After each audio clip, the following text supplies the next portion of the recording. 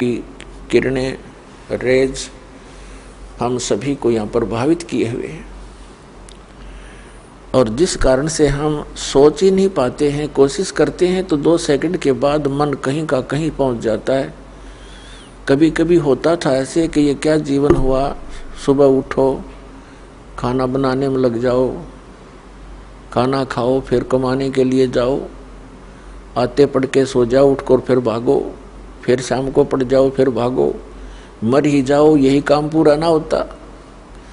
लेकिन कभी कभी आती थी ये बातें, फिर 2 सेकंड के बाद ही कोई और ही बात याद आ जाती थी, उसको भूल जाते थे। और यदि हमें ये आभास हो भी जाता थोड़ा बहुत, तो फिर करते क्या, हम घर छोड़ जाते थे, जंगल में चले जाते थे। जंगल में जैसे भगवान हमने बांध कर बैठा रखा, जाते मिल जाएगा। ऐसी हमारी गलत भावनाएं थी। हम अज्ञान के कारण इस काल के इस जाल को समझ नहीं सके। उसको समझाने के लिए स्वयं परमात्मा आए।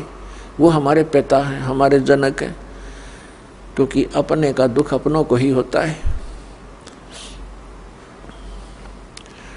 तो इसके लिए परमात्मा कहते हैं, कबीर ये माया अटपटी और सब गट आण अड़ी, किस किस न समझाऊं या कुआ भांग पड़ी। या त्रिगुणमयी माया की, यहाँ के सुख सुविधाओं की, यहीं के चौचलों को देखकर मन यही भ्रमित रहता है। तो ये भांग पी रखी हमने, जब ये भांग उतर जाएगी, आप बाकी का जीवन गिन गिन कर काटोगे, भगवान कद पीछा छूटे इस गंदे लोक ते। अरिवज्ञानता के कारण हम यही सुविधाएं यही जुटाने के लिए लगे रहते हैं।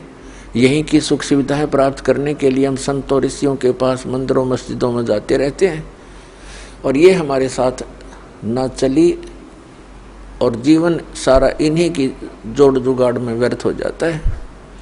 तो वो ज्ञान परमात्मा ने आके दिया। तो यहाँ बताया है कि माता पिता मिल जाएंगे 184 में, और सतगुरु सेवा और बंदगी भाई फेर मिलन की ना। अपन आत्मा सतगुरु शब्द एक बहुत महत्वपूर्ण है। अब जैसे गुरु किसे कहते हैं? गुरु उसको कहते हैं जो मार्गदर्शन करता है, वो अपने अक्षेत्र का मास्टर होता है। जैसे कोई मैकेनिक है, उसको भी गुरु मानते हैं, उसके शागिर्द जिनको वो ट्रेनिंग देता है। ऐसे ही अक्षर ज्ञान देने वाले भी टीचर, वो भी गुरु कहलाते हैं, वो अपने विषय के मास्टर होते हैं। बहुत अच्छी बात है, उनको गुरु कहा जा सकता है। लेकिन अध्यात्म मार्ग के अंदर दास ने देखा है कि गुरु पद पाकर भी वो बिल्कुल नालायक आदमी है, उनको कख नहीं पता अपने सब्जेक्ट का। अब जो आध्यात्मिक टीचर हैं, गुरु हैं, तो उनको अपने सिलेबस का ज्ञान होना चाहिए, तो वो टीचर हैं। न काहे के टीचर हो तो बकवादी इंसान है।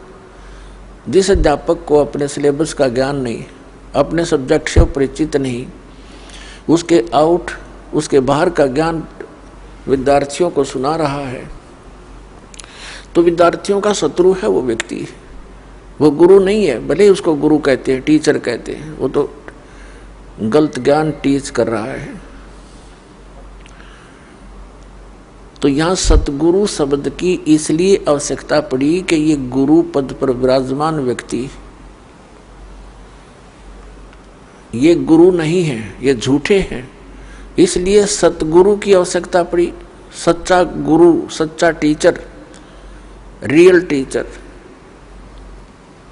तो इसका मतलब सच्चा गुरु है तो कोई झूठे गुरु भी हैं, तभी तो सच्चे शब्द की आवश्यकता पड़ी।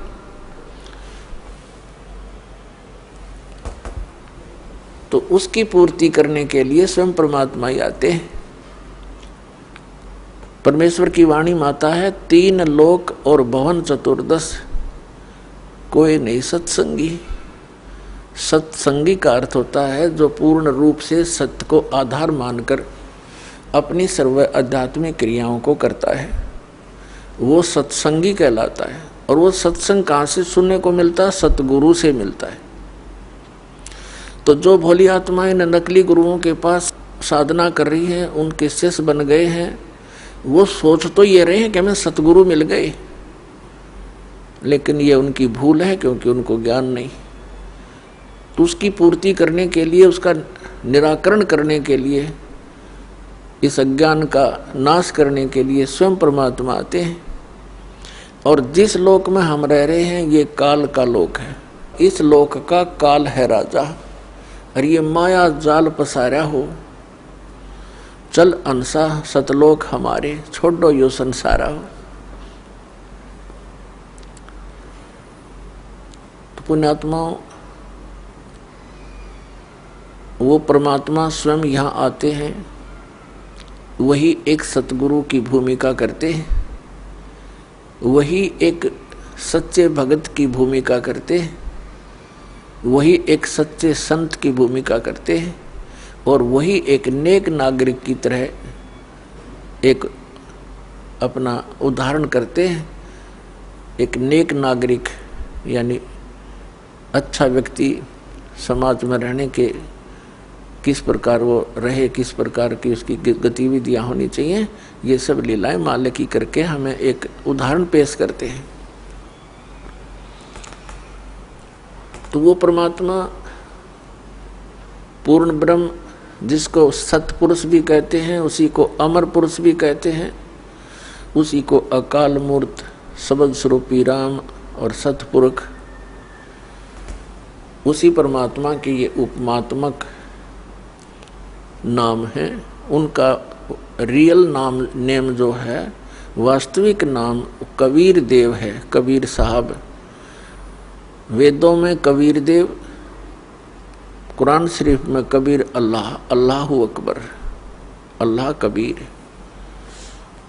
भले ही इन्होंने अपने हिसाब से कबीर शब्द के अर्थ कर दिए हों, लेकिन वो बोध उस पूर्ण परमात्मा का ही है, पूर्ण परमात्मा का, अमर पुरुष का।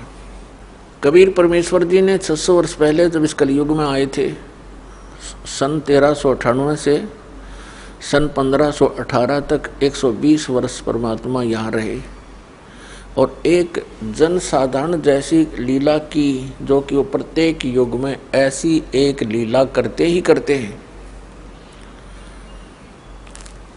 तो उस समय वो एक शिशु रूप धारण करके सतलोक से आए थे अपने निज धाम से, और एक कमल के फूल पर आकर विराजमान हो गए थे नवजात शिशु का रूप धारण करके। वहां से एक निसंतान दंपति नीरू और नीमा, जो जुलाहा थे, जुलाहे का कार्य करते थे, उठा ले गए थे। जुलाहे के घर पे परवरिश होने के कारण और बड़े होकर के जुलाहे का कार्य करने के कारण वो परमात्मा जुलाहा कहलाए। स्वयं परमेश्वर ने अपनी वाणी में कहा कि अवधू अवगत से चलाए, मेरा किसी ने भेद मर्म नहीं पाया। मात पिता मेरे ना ही ना मेरे गर्दासी, और जुल्हे का सुत आन कहा, जगत करे मेरी ऐसी।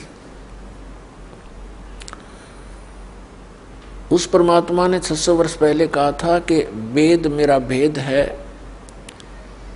मैं ना वेदन के माही, और जौन वेद से मैं मिलूं, ये वेद जानते नहीं।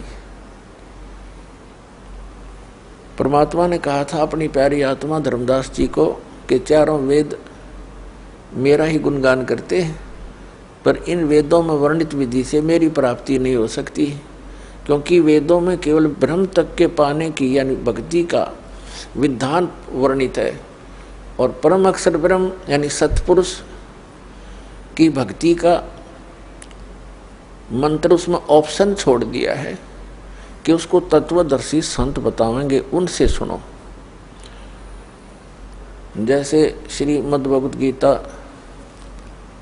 अध्याय नंबर 4 के श्लोक नंबर 34 में और 32 में, इन दोनों मंत्रों से स्पष्ट हो जाता है कि सच्चिदानंद घन ब्रह्म ने उस परम